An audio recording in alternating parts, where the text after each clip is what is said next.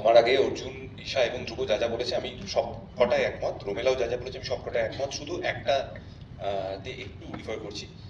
এটা ঠিক যে আজ থেকে অ্যাকচুয়ালি 9 বছর আগে আমাদের জার্নি শুরু হয়েছিল, কারণ আমরা শুটিং শুরু করেছিলাম 2017 সালের ডিসেম্বরে। যেটা বারবারই যে প্রসঙ্গ উঠে আসছে যে এতগুলো বছর, সেটা কিন্তু আমরা একবারও বুঝতেও পারিনি। এতটাই একটা সুন্দর অভিজ্ঞতা এই পুরো মেকিং, পুরো জার্নিটা। যেটা ডিফার করছি যে তুমি যেটা বলছো যে সবাই বড় হয়েছে, আমি শুধু বলেছি হ্যাঁ আমারটা ওটা বয়ের একটা হুস্কার হবে, সোনাদা একটু হলেও বড় হয়েছে। তবে সেটা পর্দায় আমার ধারণা সপ্তমিকার গুপ্তধনে কোথাও ধরা পড়বে না।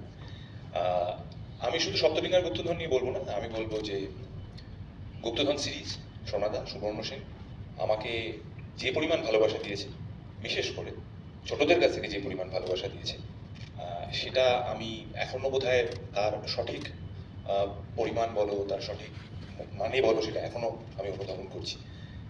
কাজেই আমার মনে হয়েছে যে এতটা ভালোবাসার পরিবর্তে আমাদেরও একটা দায়িত্ব থাকে যে তারা যেন আরো ভালো কিছু দেখতে পারে।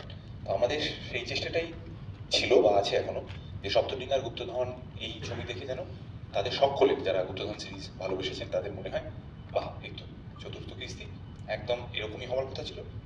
এবং এই সিনেমাটা দেখার সঙ্গে সঙ্গেই যেন তারা আবার জিজ্ঞাসা করতে আরম্ভ করেন তাহলে এরপরে কি হবে। এটাই চেষ্টা করেছি আমরা। বাকি তো আস্তে আস্তে যেরকম টিজার এসে গেছে, আজকে আর কিছুক্ষণের মধ্যেই ট্রেলারও আসবে, তারপরে সিনেমা। আপনারাও জানেন আপনাদের কেমন লাগছে। ট্রেলার হলেই তো দেখুন, অনেক কিংখানি বলেছেন পিকচার আমি বাকি। প্রথম যেদিন শুনেছিলাম 2016, হ্যাঁ, তখন একটা চমৎকার জিনিস শুনেছিলাম, কিন্তু সেটা যেরকম ভয়ঙ্কর বিখ্যাত হয়ে যাবে আমার মেধায় সেটা বুঝতে পারিনি। সেটা পরবর্তীকালে সাফল্যের পর যখন কোটি কোটি টাকার বক্স অফিস হিট হয়েছিল এবং সমস্ত রেকর্ড ছাপিয়ে গিয়েছিল, তখন আমি ধ্রুবর কাছে বলেছিলাম যে আমি বুঝতে পারিনি এটা এত বড় হতে পারে। মনে আছে তো?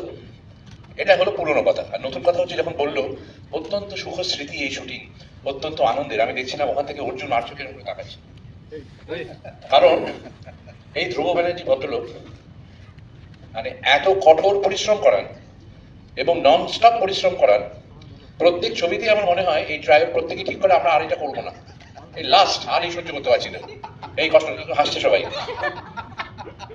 মানে কোথাও কোনো রকমের ফাঁক রাখবে না। এবং ধ্রুব সে খানি পেশার মতো করিয়েই যাবে জিনিসটা। এটা আমি নিজে চোখে দেখে এসেছি, ওরা বললে আমি সমর্থন করি তিনজনকে। এই ছবিতে তফাৎটা কোথায়? এই ছবিতে তফাৎটা হচ্ছে এই পরিশ্রমটা যখন করছে তখন ধ্রুবর পায়ে প্রচন্ড চোট।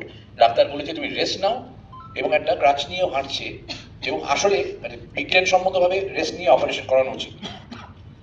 পাঁচই শুটিংটা আটকে যায়। এইভাবে এই প্রচন্ড পরিশ্রমের ছবি ধ্রুব কমপ্লিট করেছে, এর জন্য ওকে